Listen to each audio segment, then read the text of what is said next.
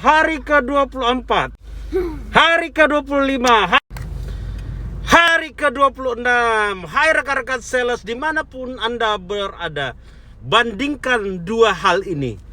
Yang pertama, ketika Anda pulang di sore hari dan bertemu dengan atasan Anda, kemudian Anda mengeluhkan segala tantangan yang ada di lapangan. Misalnya, Pak, tadi saya diusir Pak pada saat saya melakukan prospek. Pak, tadi saya janji untuk ketemu dengan prospek B, ya, tetapi dia meninggalkan saya sebelum saya datang. 3, saya tadi di jalan Pak macet sehingga saya tidak bisa menjangkau prospek yang lain. Tadi saya negosiasi, akhirnya dimenangkan oleh kompetitor. Sepertinya produk kita tidak cocok di pasar. Banding dengan kompetitor, harga kita kemahalan Pak. Kualitas produk kita tidak sebagus kompetitor Pak.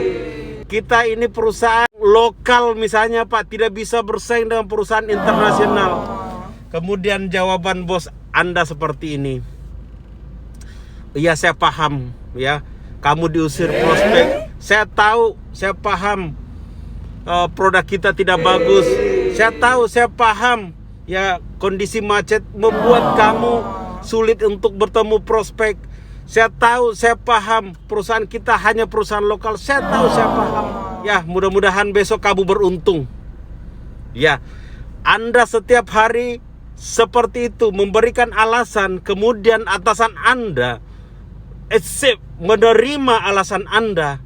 Pertanyaan saya, apakah itu akan memberdayakan Anda sering capai target, membuat Anda perform ya dalam melakukan penjualan?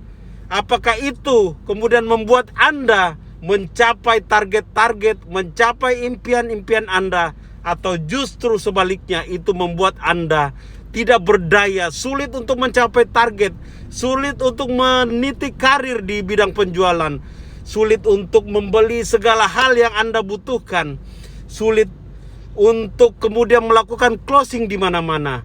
Apakah itu? Renungkan sahabatku, renungkan.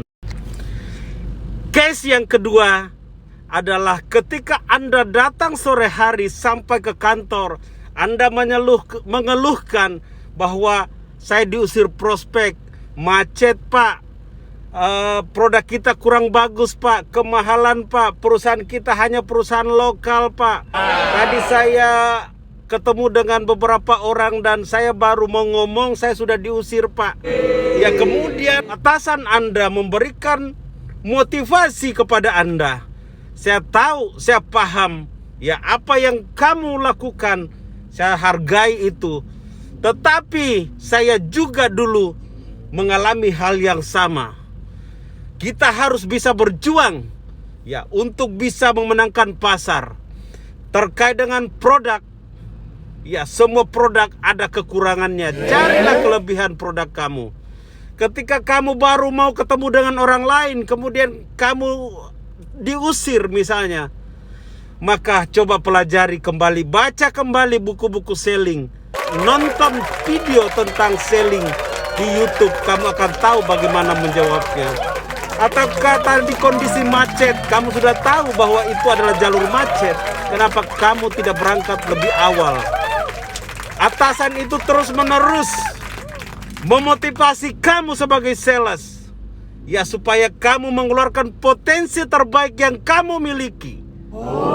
Tidak mencari-cari alasan untuk membenarkan hari itu banyak penolakan yang terjadi, banyak rencana yang tidak terrealisasi, tapi kemudian atasanmu mengencourage kamu, memotivasi dirimu supaya kamu terus-menerus memperbaiki diri, supaya kamu kelak menjadi sales hebat, supaya kelak engkau menjadi pemimpin salah satu perusahaan di mana engkau bekerja kini, atau terus-menerus menempamu, memberikan arahan supaya jangan menyerah menghadapi situasi itu.